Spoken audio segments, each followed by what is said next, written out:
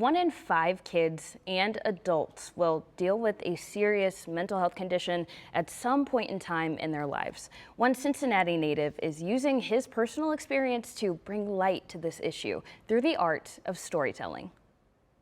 Hey, my name is Brandon Sejo. I'm from Cincinnati. I host a mental health podcast called The Mental Game, where I interview big athletes, musicians, and celebrities talking about mental health and trying to break the stigma so we can help anyone out there struggling with depression, anxiety, or suicidal thoughts like I struggled with for so long. And that's just a little bit about me. Sejo struggled with thoughts of suicide for more than half his life. First suicidal thought came when I was 14 years old, and that's the first time I ever felt that sadness, and I didn't know what it was, but I had no idea in that moment that that was like gonna be the start of this lifelong battle with those thoughts. Those thoughts stayed with him, lurking in the shadows of his accomplishments. And it would come and go, and I had to do some really cool things, and I was really happy a lot of times, but there were some really, really low points in my life of just feeling alone that I couldn't escape until about a year ago. Last year, Sejo checked himself into a mental health hospital to get help, and he quit his job as a TV sports reporter.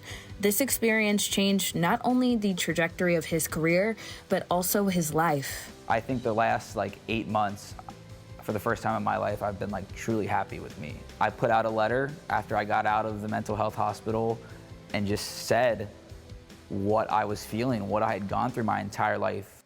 And I got 1,500 to 2,000, not comments, but actual messages and emails across social media. And when I saw that, it kind of clicked in my head, if this little sports reporter from Cincinnati can maybe inspire a few people to start going to therapy, or maybe help them feel the courage to go to a mental health hospital like I did. What if I get the NFL players that I know, or reach out to bigger athletes and celebrities to talk about it?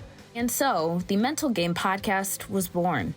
He leveraged his connections here in Cincy, alongside making connections with A-list celebrities, athletes, and influencers. But when I get messages from people, or I see comments that hey, this episode with Ricky Williams helped me start going to therapy, or you talking about battling suicide and asking for help helped me want to go get help or check in somewhere, that's when it's all worth it for me.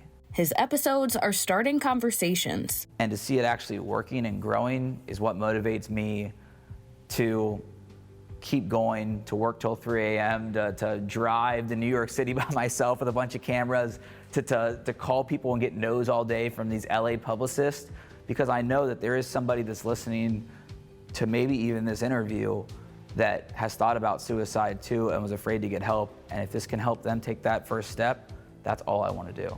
Although this project isn't one that he saw coming, he hopes it continues to grow and make a difference globally. My goal is to make the Mental Game the biggest mental health podcast in the world, and that sounds crazy to most people probably, but for me, I've worked really, really hard to achieve my dreams, and I've done pretty much everything I've put my mind to. And so I feel like that is possible. And for those watching right now, he shared this advice. 2 things I tell people with mental health. 1, do something. Call your mom, call your best friend, talk to your classmate, your teammate, your coach, whoever. Just reach out to somebody, your therapist. Please, please, please do something. Number 2, feelings are temporary. Feelings are temporary, good and bad. And I couldn't see that in those really, really bad moments in my life. But now I understand it. I never thought I was gonna get out of this place of not wanting to be here. And most importantly, he wants people to know that they are not alone. I've been there. I've been that person that's not wanting to get out of bed. No one should have to feel alone like that. You deserve to find that happiness and to love yourself and to work on yourself and to feel good about you. That is so right, so true, and I'm so proud of him. I remember when he was on the air, and so glad, and I remember when he stepped down, so it's good to see him actually getting over and getting through and inspiring others. Yeah, And as Michaela, this is something that you can relate to on a personal level, right? Yeah, I sure can, and I agree with you. Brandon is so inspiring because not only is one, he's using his story selflessly to help others, but two, he is grinding. He is going after his dreams. Like you said, he drove to New York with a ton of cameras. I know he's flown to LA and done pretty much the same thing. He is a one-man band currently, which I'm sure we can all understand, but it's just beautiful to see somebody taking their experience and sharing it with others as well. And yes, it's super close to my heart because I've also dealt with these feelings. He was 14, I was 17, and there's nothing quite like going through that. But there is a lot of beauty in getting through it. He said one thing, feelings are temporary, and they absolutely are. And I always think back to, if I would have let those feelings win when I was 17, I would not have accomplished everything that I have so far. And I think I was given a bigger purpose to share that message with others. So I started a nonprofit, and it's called Helping Others and Providing Encouragement, or HOPE.